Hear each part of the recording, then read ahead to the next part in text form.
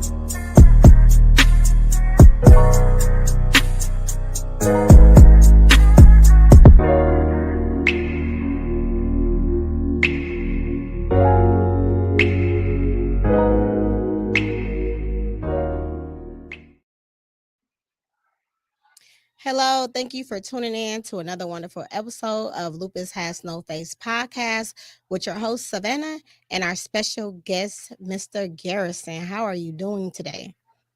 Doing great. Happy to be here. Thank you so much for getting me on. You are so welcome, but it was a need that I had you on after what I saw. So before we actually jump into that, I want to say thank you to everyone that have idea what is going on. I was really struggling today whether if I should do a podcast or not. And my therapist and amongst other people told me to go about my life as usual because it will help me navigate the sadness or the unexpected that I'm dealing with my mother. So I decided to do this and with her. So with further ado, who is Mr. Garrison? Who is Mr. Garrison? Oh, it's funny that you say Mr. Garrison because I don't know if you know this, but it's a character from South Park that a lot of people like an old character, and he's not a great character. But anyways, I just want to get that out there because I have a feeling people in the comments are gonna are gonna think it or say something. But I am a singer-songwriter musician from California, Santa Rosa, California, to be specific. I've been writing songs and playing guitar and playing piano for about 15 years now, since I was like 14 or 15. Done a lot of street performing, which is where we met, in Milwaukee. But that's how I got my start. When I was about 14 years old, I took a guitar out there, acoustic, with a friend of mine. I think he was on Shaker, and we went out to a grocery store right down the street called Oliver's Market. Shout out to Oliver's Market.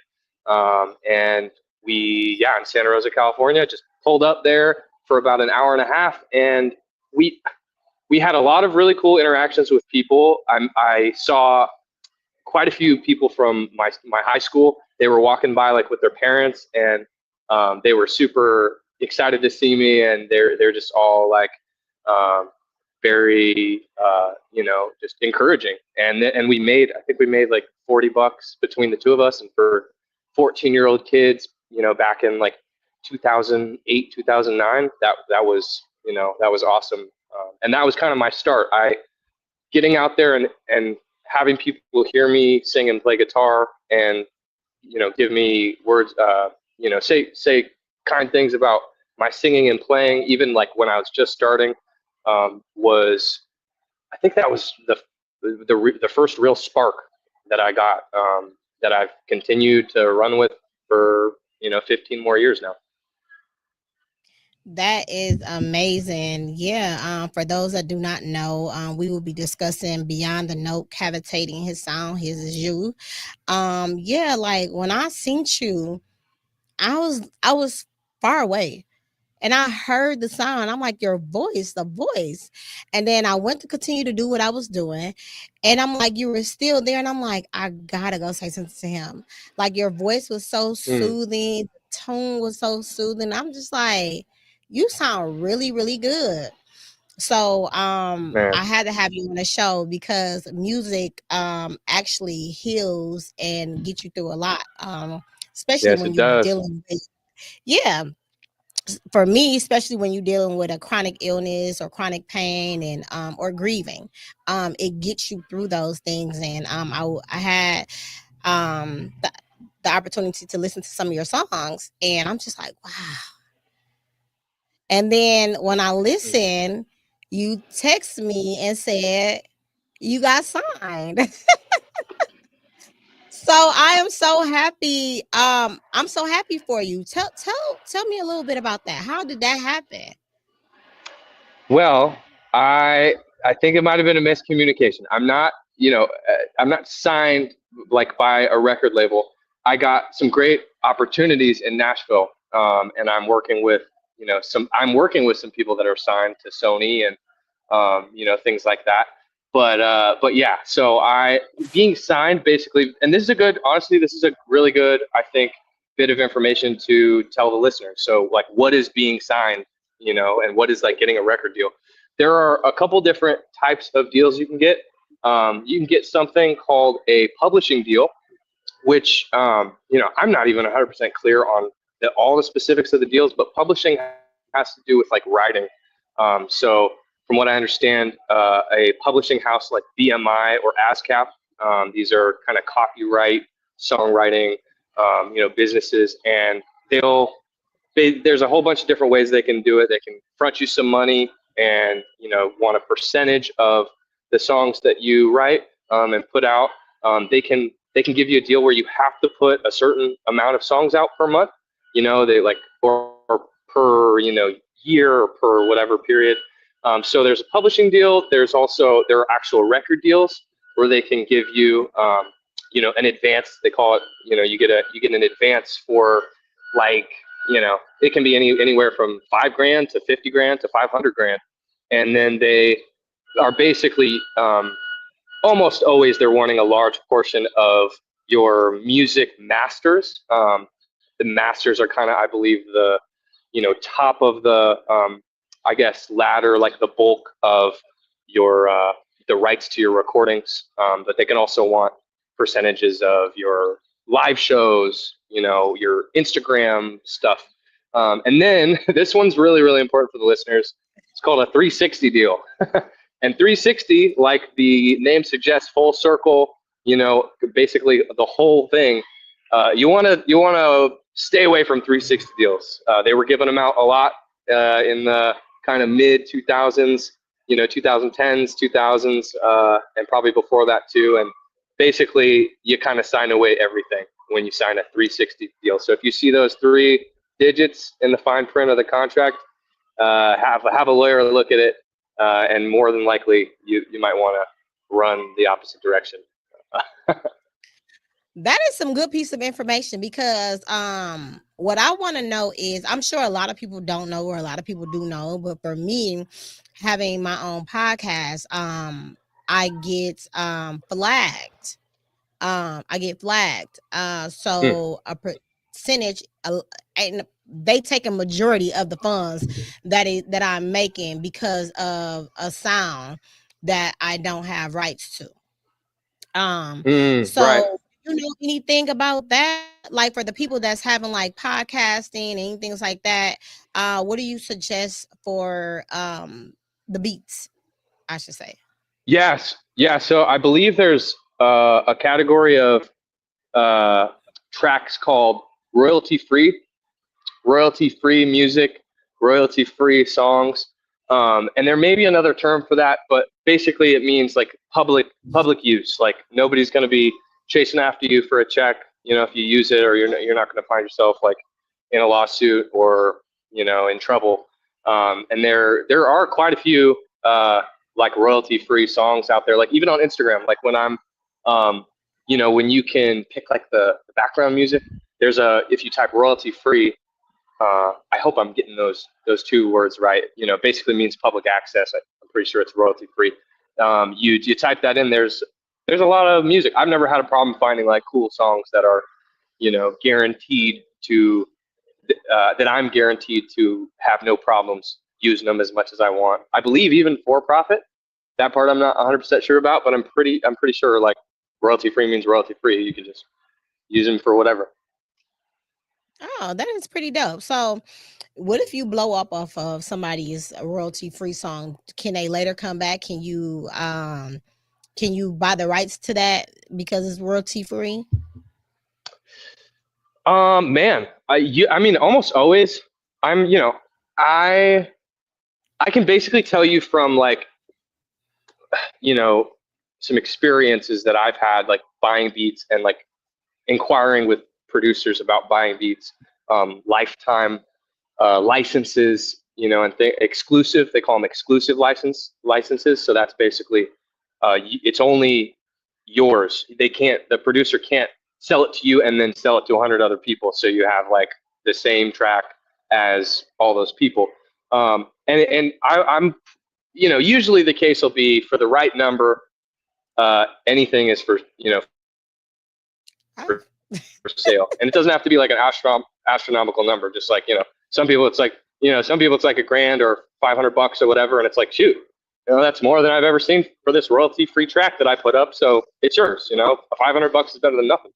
But yeah, like almost always. I mean, if you have something blow up and you're using somebody's track, if you would probably get into conversation with them, communicate with them like that, which they probably would already be they'd probably be already aware of, any virality that's happened with something that they made. That's usually it's them reaching out to you, because producers are trying to get paid and they don't get paid very much.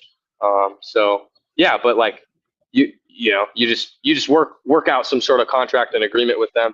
And again, you would be looking for an exclusive license, exclusive like lifetime license. So it's like yours, only for you.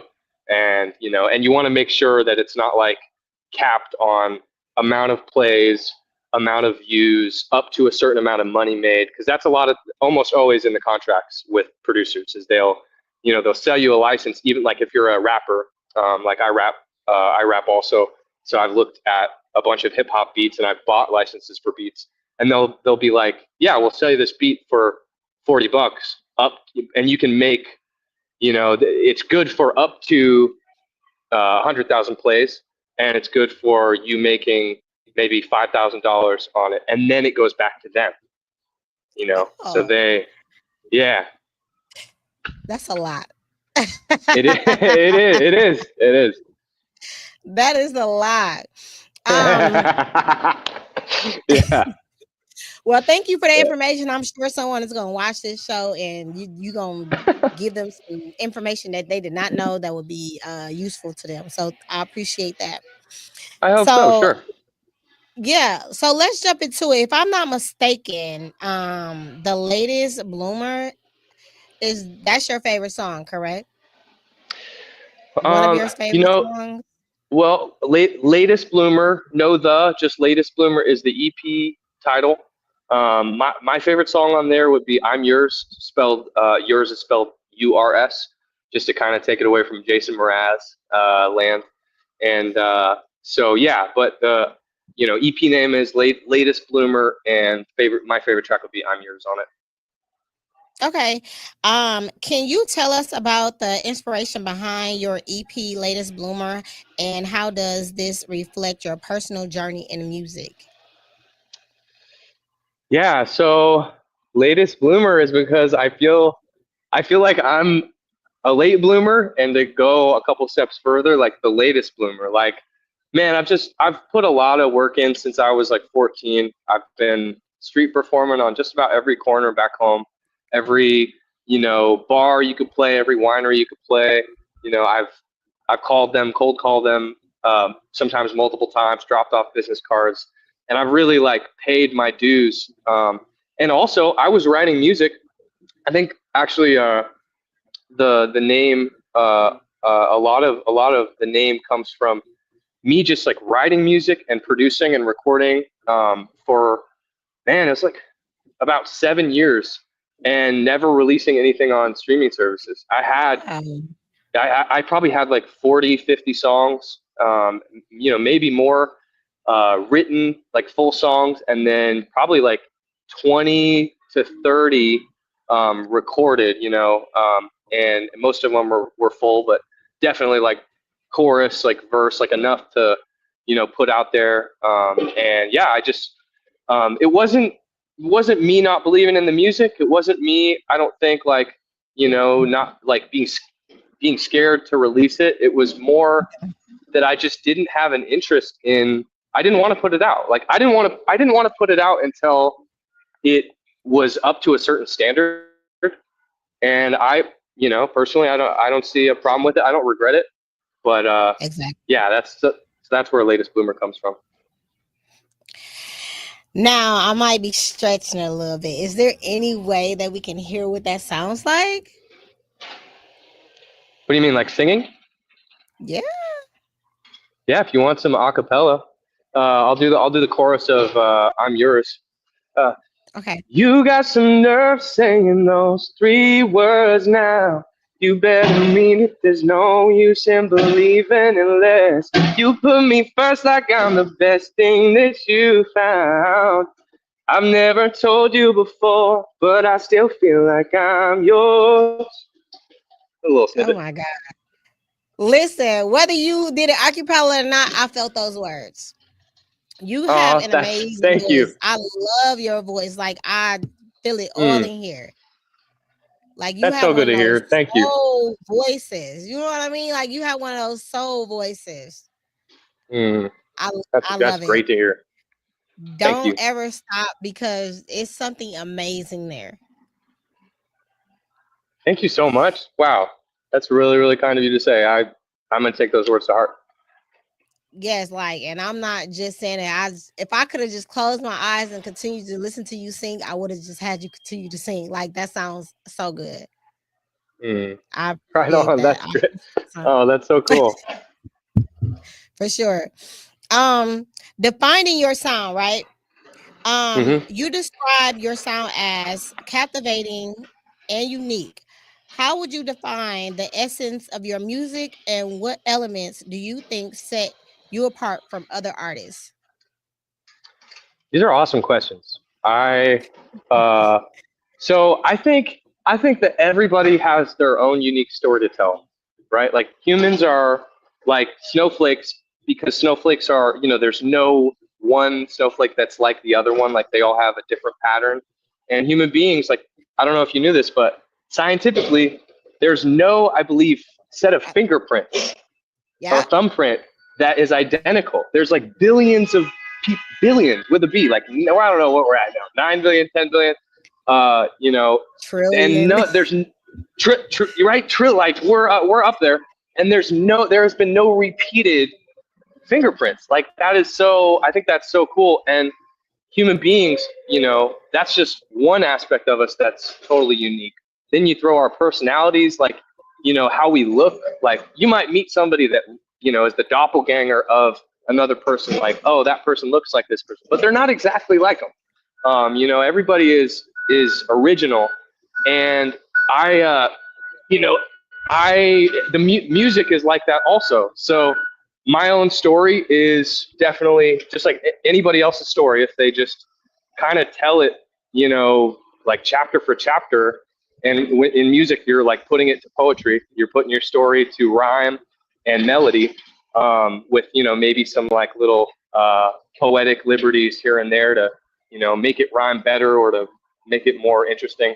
But yeah, so that definitely, like, my story is unique. And also I think, man, I've lived a lot of life. Everybody's been through things. Like you were just talking about, you were going through some real stuff. You had texted me about before this, and like so everybody goes through things. But I lost my dad about like a year ago now, just about.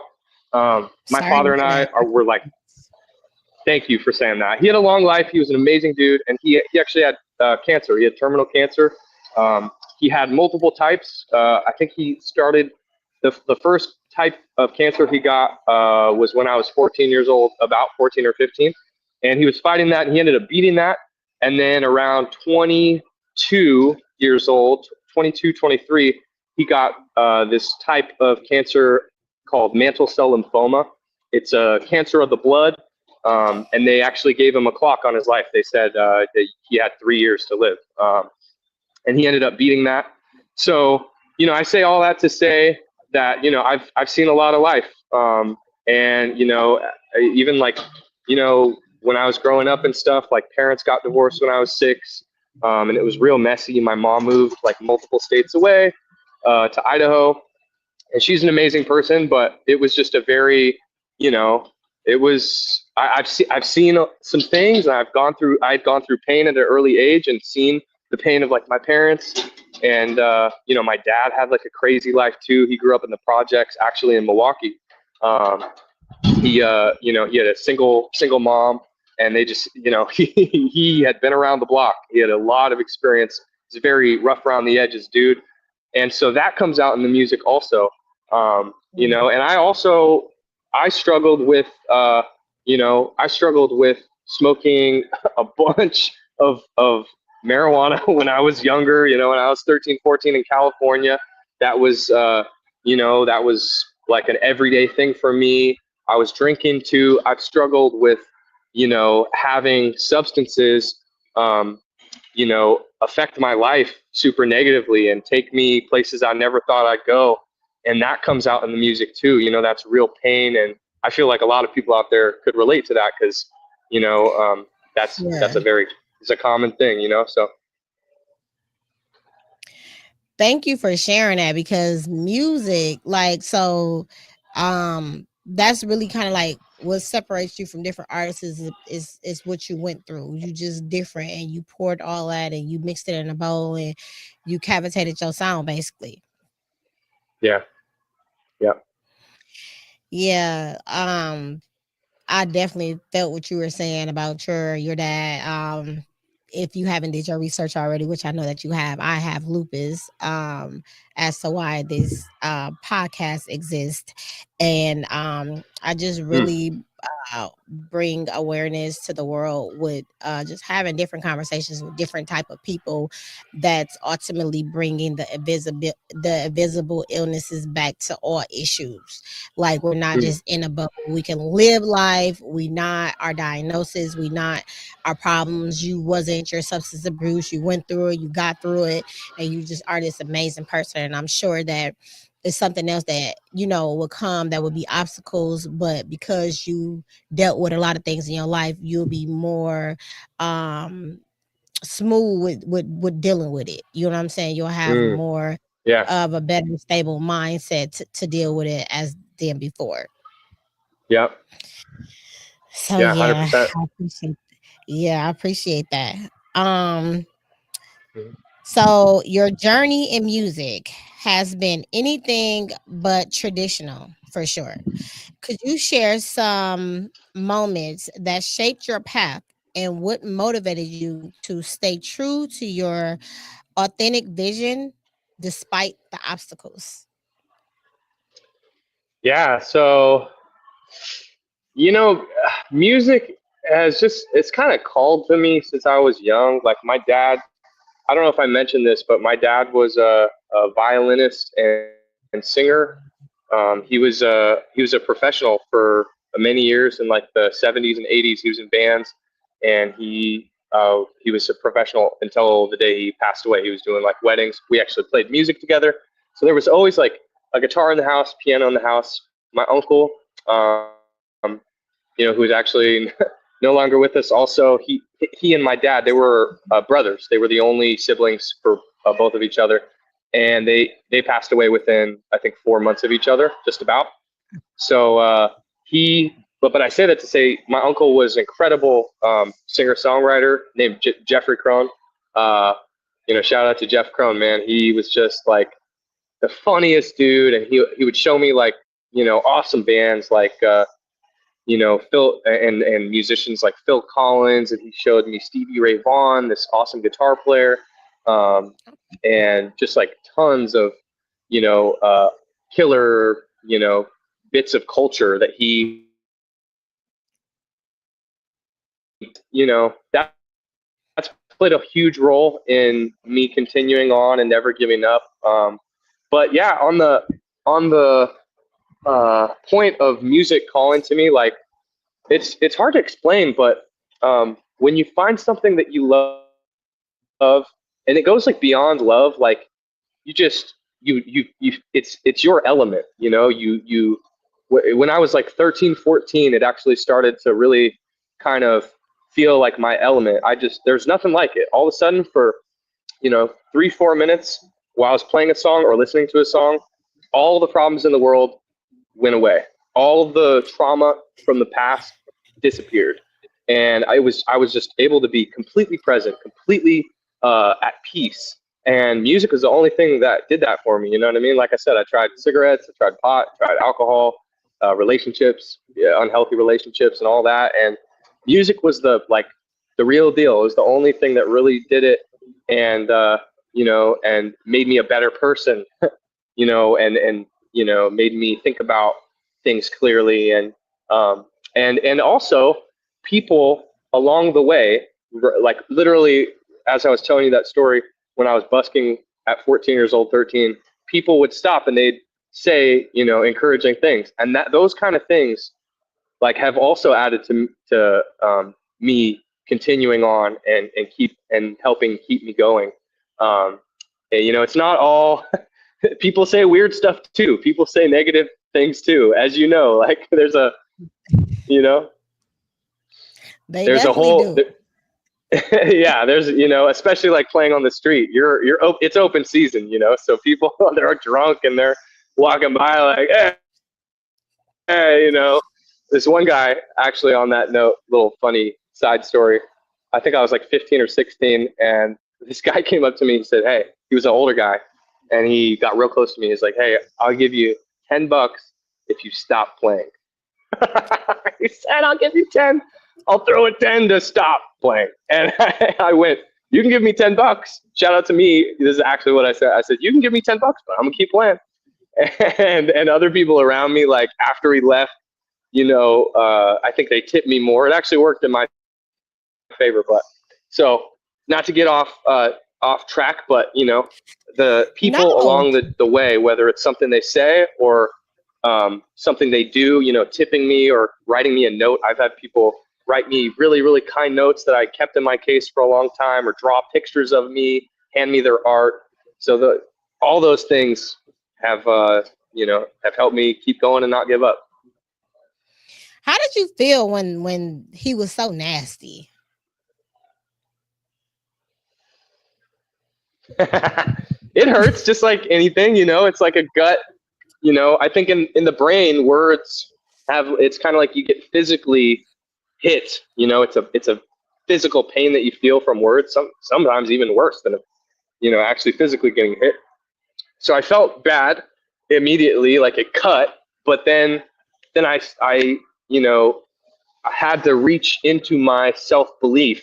I had to dig deep and think about, all the things that I had gone through to get to that point. He wasn't, I don't, that might have been like the first memorable thing, but people had kicked me out. People had, thought I was homeless or called me homeless, playing on the street before that. So I had built up some thick skin up to then, but yeah, it's like, I think, anybody that says like, I don't care, it doesn't hurt me, it doesn't affect me. I honestly think they're just like putting on a front. I think, negative words like hurt, but they're not fun to hear. If you don't feel the hurt, maybe you're just totally numb, or you're, all sorts of mixed up. But you can feel the hurt, and then, then it's up to you if you let it, take you out, and knock you off track, make you lose focus or not. Most definitely. I think it get easier over time. People that do say words don't hurt. But words do hurt. I think for me, Yeah.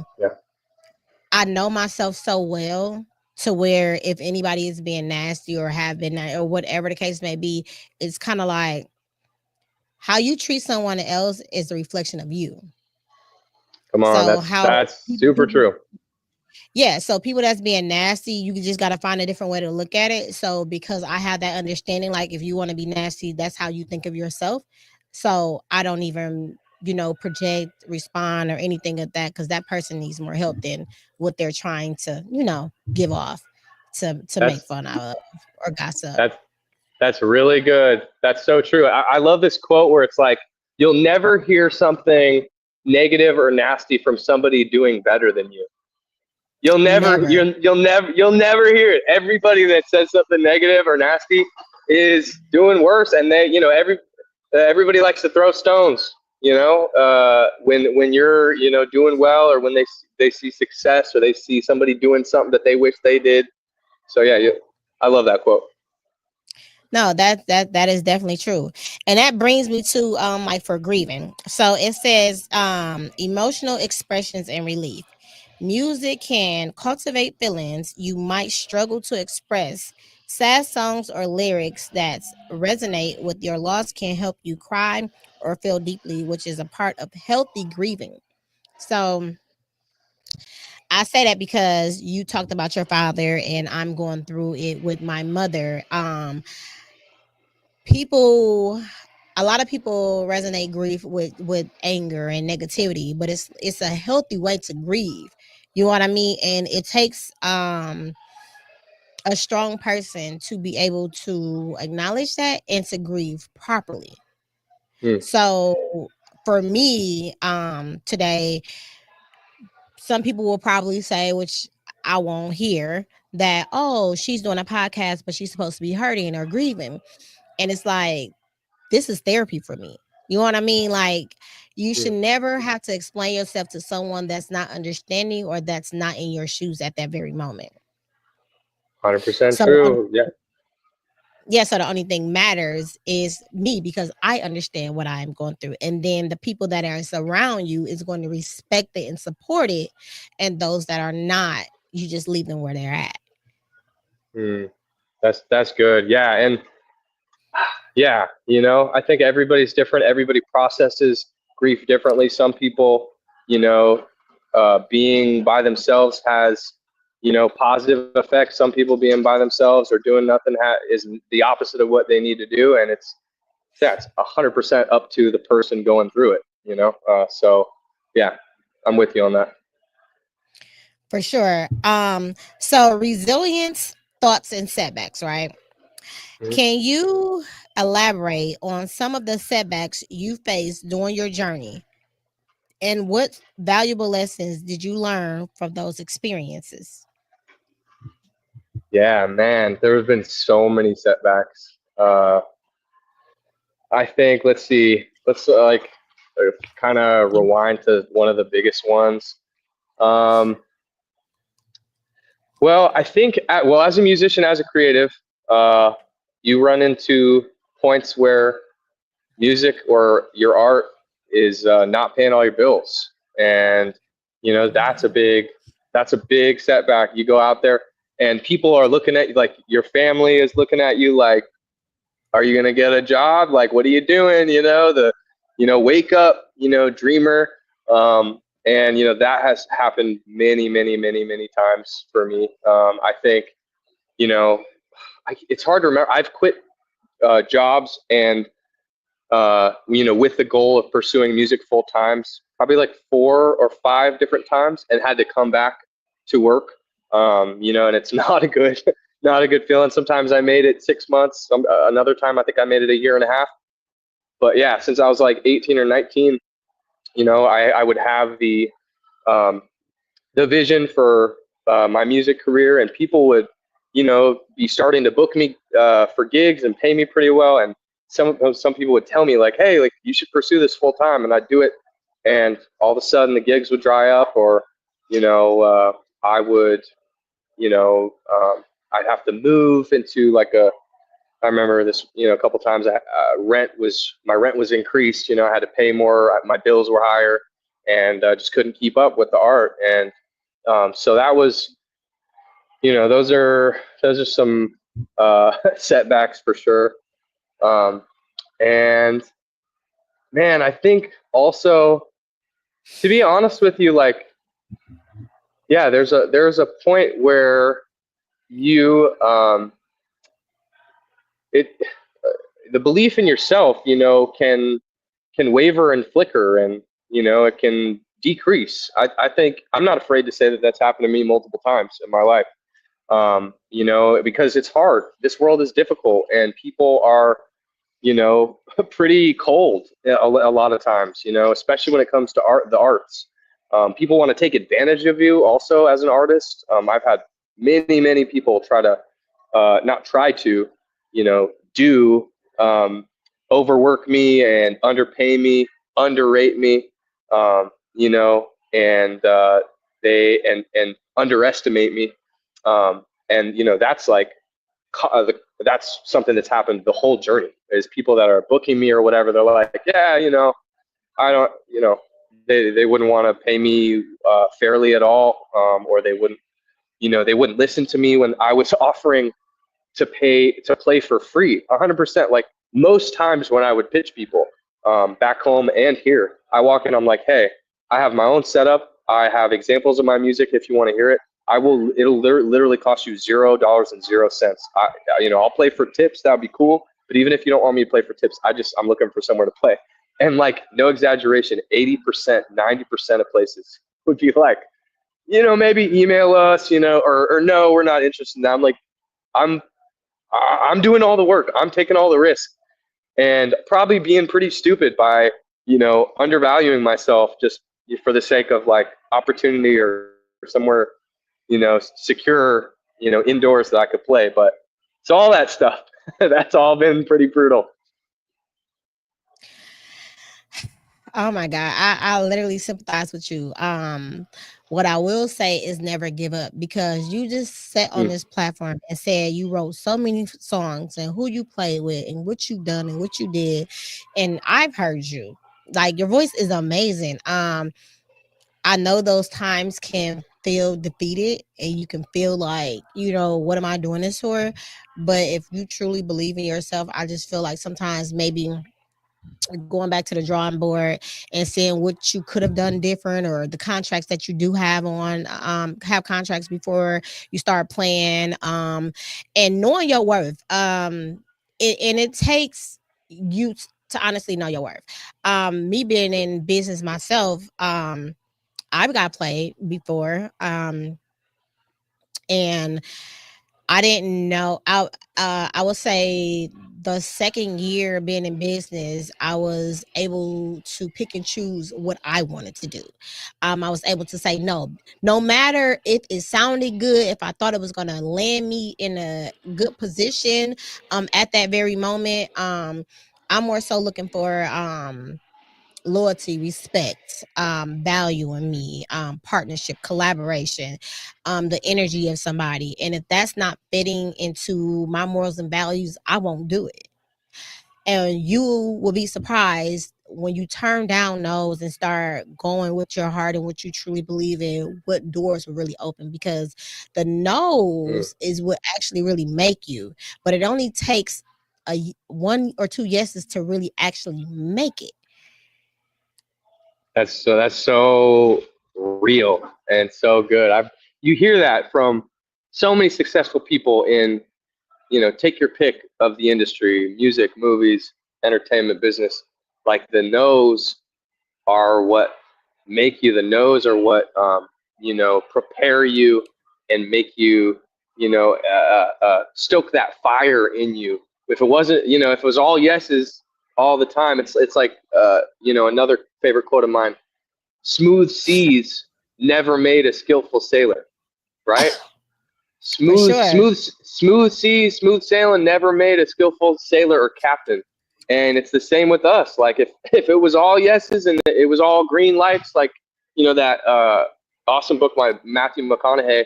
If it was all green lights and no reds or yellows, like we wouldn't be as tough, we wouldn't be as resilient, we wouldn't be as motivated, we wouldn't be as passionate, or down to earth and grounded. So yeah, you're speaking the truth.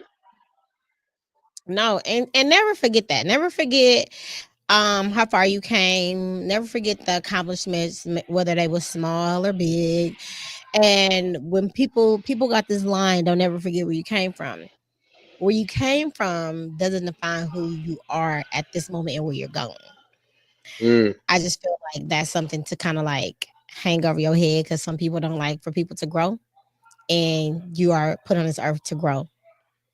So don't never give up. And I'm here for it, because when you make it, all those other people that told you no and all of those things, watch how they reach out to you. It's gonna be so funny. You're just gonna be laughing, right? You're gonna have that laugh Oh yeah, slaps.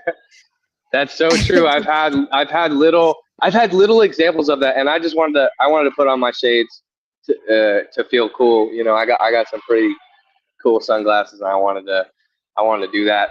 But I That's it. You um look nice. okay, yeah. I just wanted to, yeah, I wanted to cool it up a little bit, smooth it up. But you're 100% right. I've had some examples of that and experiences on a small scale even.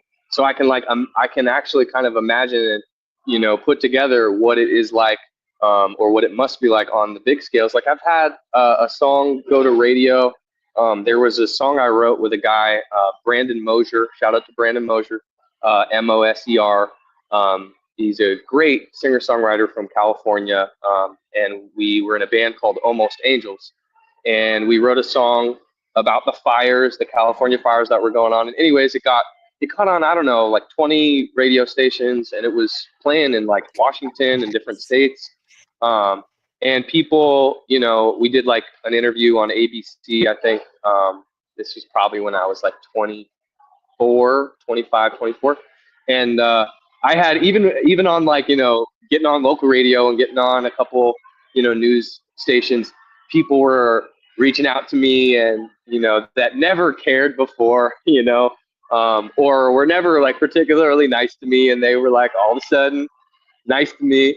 And, similar thing, I've had like some successful times in my life where I, had a little bit of money, driving a nice car and stuff like that. And all of a sudden people's tunes were changing. And, so you're right.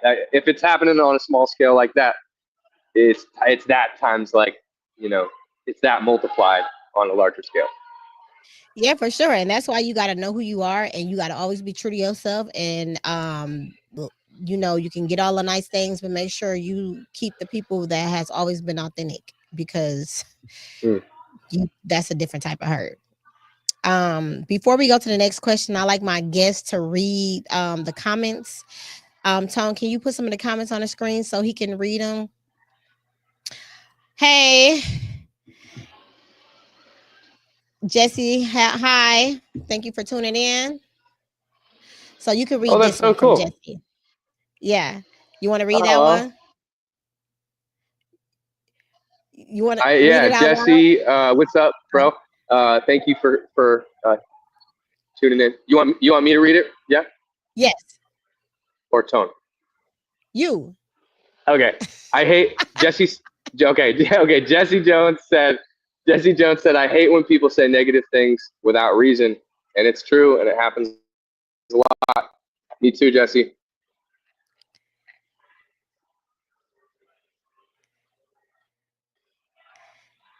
That's for you. I just lost you a little bit. I think maybe there's some internet stuff going on. I don't know. Oh, that's the next comment. Can you hear me? Oh, you. I can hear you, but Hey. there's a little bit of a delay. Okay, I see the next comment now. Can you hear me now? Yeah. Yes. Yes. Yes. Okay, yeah, there's a little bit of some latency, but we'll try to work with it. I'll do my best. I have full Wi-Fi over here, I think. But so Jesse said a second comment. Yeah, you got to stay focused no matter what the situation is. It's true. You can't let anybody knock you off course. Negative feedback, just goofy people saying and doing goofy stuff, which is like a large portion of the population out there. So you're right on about that, Jesse. For sure. Being consistent and persistent is so hard, but you got to continue to do it. I hear that. Consistency. Yep. We got the third comment up there from Jesse. Do you want to read it, or do you want me to keep going? You to keep going. Okay. Jesse Jones says, music is therapeutic. I listen to music all day during my healing process. I love that. And they have well, first of all, that's what I described when I was about 13, 14, right? Um, for those 3 or 4 minutes of a song, there's, all the hurt, all the trauma, all the pressures of the day or pressures of the past are not there anymore, and it's just song, melody, an awesome voice, and that's what drew me to music. And I think that at its core, there's there's a lot of quotes about music being for the broken, for the hopeless. Art, art is to soothe the hopeless, the broken, the lost, and to comfort them.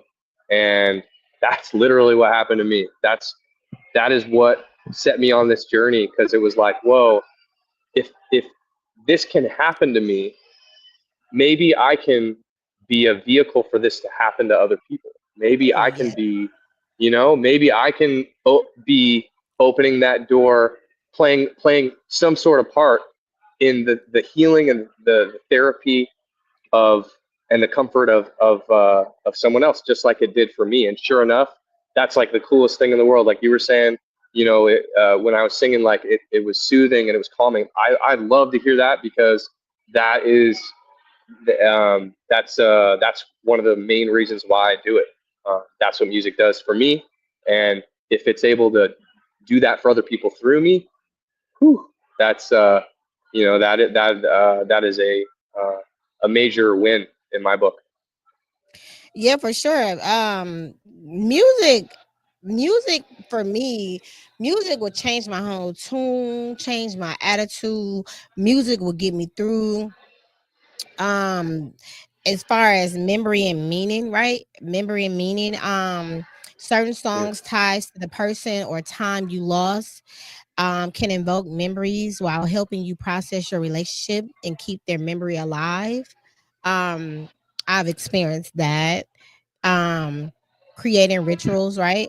Playing a certain song on an anniversary or at a specific time can create meaningful rituals that support healing. Music is just mm, so deep. You know what I mean? It's so much history behind music. yeah. Mm, And yep. it is it definitely gets you through. And even to take it a step farther, right?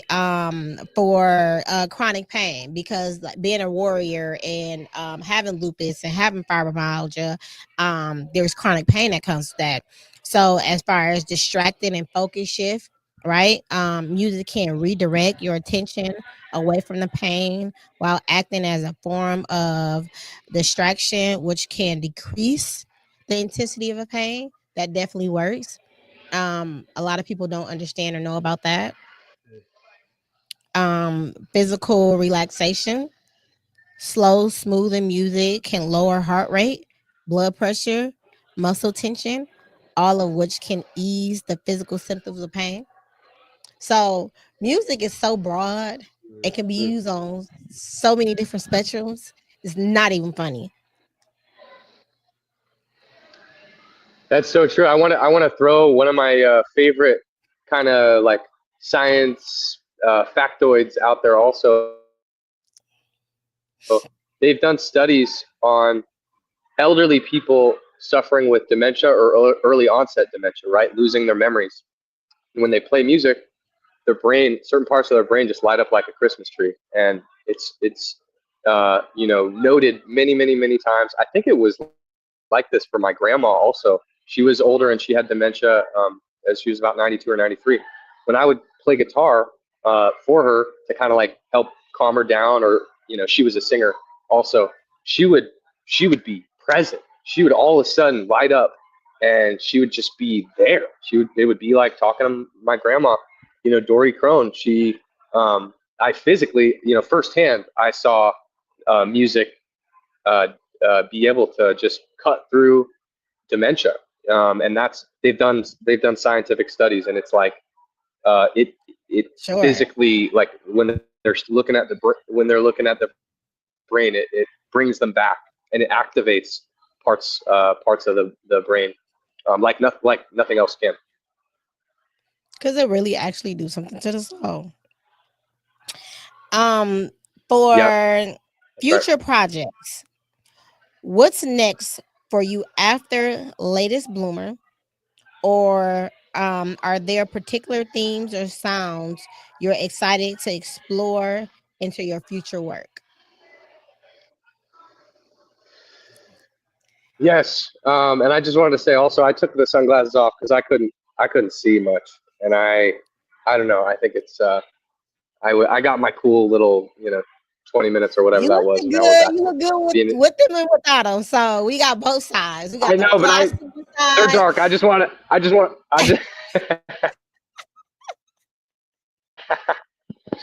to explain, beauty is pain, and all that, but I want to be able to see, and I want to be able to, like, connect with you. So, and have For people be able to, like, see my eyes and whatnot. So, yeah, future projects. I have I have a lot of songs written.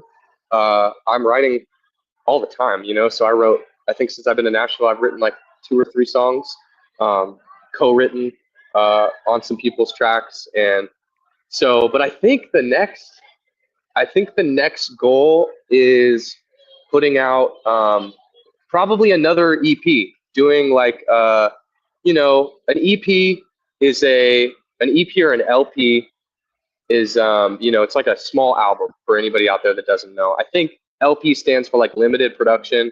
EP stands for like some other thing that starts with an E production. But small album, usually between 4 and 8 songs, I believe. And so yeah, I want to do some like country music, like kind of raw acoustic stuff, um, some folk and some like acoustic guitar, bass stuff, some piano also, and yeah. I'm shooting. This EP was 4 songs. I'm shooting for 7. I like the number 7, so I'm shooting for a 7-song EP.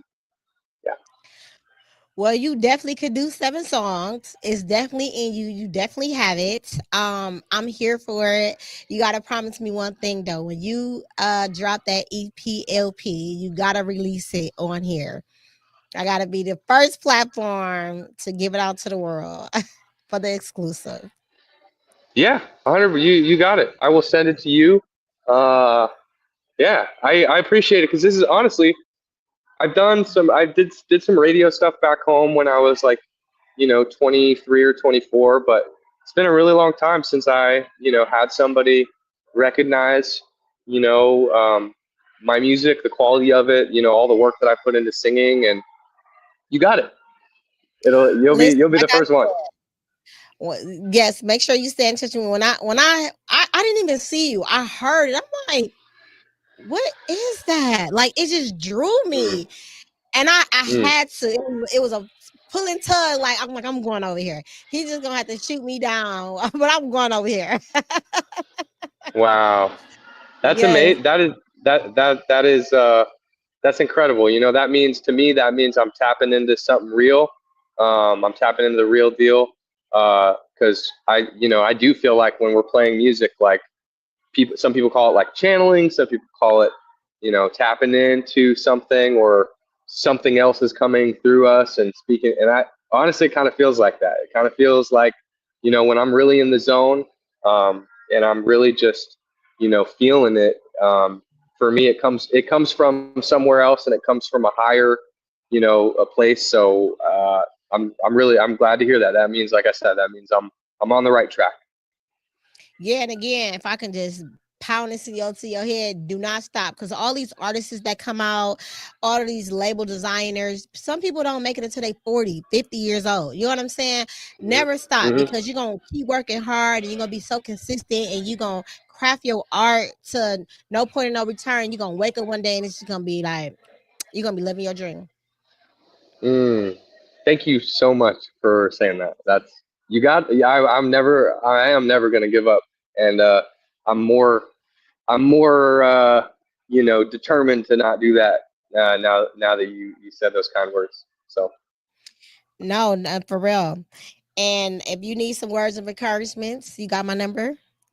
Um, and not to be taking up too much of your time, last but not least, some closing thoughts. So is there one message or takeaway you hope listeners gain from your music and your journey?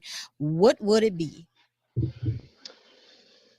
oh yeah, I would say there's everybody on this earth was made to do something. Everyone has a destiny. Everybody has a gift.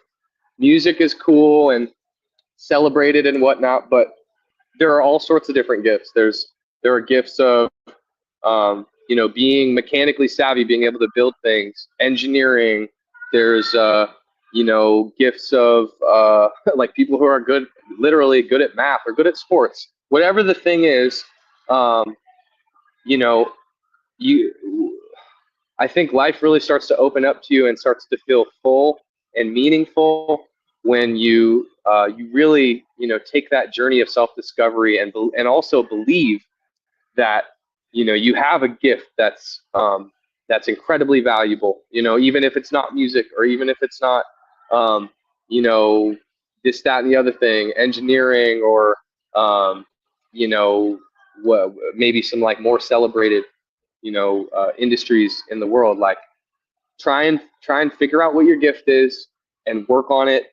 Don't let anybody knock you off course or chip away at your self belief. And there will be many points along the journey that are scary. They're leaps of faith that you have to take. With music, like quitting a job, leaving job security, and only depending on yourself and your art to feed you, to clothe you, to pay for your rent is very scary. It's like it's like really, really, really scary. And most people are too afraid to do it, or they're too afraid to do it 100%. They'll go, like I'll try this, I'll dip my toes in the water. I would encourage you, obviously, don't be stupid. Don't be delusional and be like, all right, I'm gonna be a professional rapper, a professional guitar player, like a year into it. I didn't do that until 7 or 8 years of doing music and that. But yeah, like don't be afraid to take that leap of faith, because I took it. I've taken it many, many times. Even coming to Nashville up here was a leap of faith. And on the other side of that leap of faith is your destiny and is a lot of rewards, a lot of great rewards for stepping out, and doing the scary thing, facing your fear like that. Most definitely. That was a lot. That was very much needed to say. Thank you for that. And I also would just Sure like to thing. say more kind words to you and to our audience. Success is pain. Success is pain, Mm, and success is hard. mm, Um, mm, and when he feels that you are ready for success, he gives you that. It's things that you have to go through in order to sustain, to get the success and to sustain the success. You don't just want to get successful, you want to sustain and you want to grow into abundance so you can pull other people with you. That's what it's all about. And if it was easy for it, everybody will have it and obtain it, right? So a lot of people look at success like it's just this beautiful thing. It's beautiful, but it comes with its own sets of problems, and you really mentally have to be ready for that. ain't that the truth? You really have to be mentally ready for that. You got to have the people around that you trust, and because it's supposed to reap the benefits of it to give it out to have abundance. So yeah, just remember, like, if it was easy to have everybody be able to attain it, don't stop doing what you're doing. And a legal hope is most definite. Like, just to touch real quickly on it, Lupus Has No Face was nothing of mine. That was everything from this man above. My industry was beauty and fashion. And when I tell you, there was times that I didn't know where the funds was coming from for the events that I was throwing, and I wanted to quit. But when it's for you, it's for you. He made it happen every time, and it was beautiful every time, and it was on time every time. So Mm, you mm, listen, your way that you may want to go to get to what you want may not be the way that you need to take. And it's okay. He may need to take you this way before you get to the other side. So having that mm. open mind and having that discernment.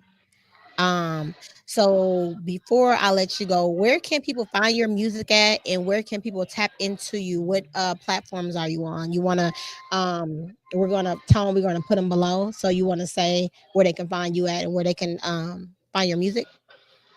Yeah. Do you want me to type it below, or are you guys gonna do that? I I'm gonna have my producer do it. Tone is gonna do it. I just want you to verbally Cool. say it. You got it. So it's I am Garrison, IAMGARRISON on Instagram. No numbers or symbols or anything, no underscores, just I am Garrison with two R's. And the Instagram has a link in the bio to the Spotify where you can stream Latest Bloomer. And the Spotify name is also I am Garrison. So if you go on Spotify, just type in that same name on there, and that should get you to my page. It has like a little picture with a red rose. That's the one. That's the right one. So yeah, Well, thank you so much for being my special guest today. I do look forward to bringing you back on here. I do want to keep up with you as to what is going on in Nashville. You guys, please follow him. It is free to support. Follow, listen to the song, and share. Please go support this young man. His music is beautiful. So you can catch us every thank you, Wednesday at 6:30 on all platforms. Until next time, have a great one. Do not, thank you you. don't go yet. You don't go yet.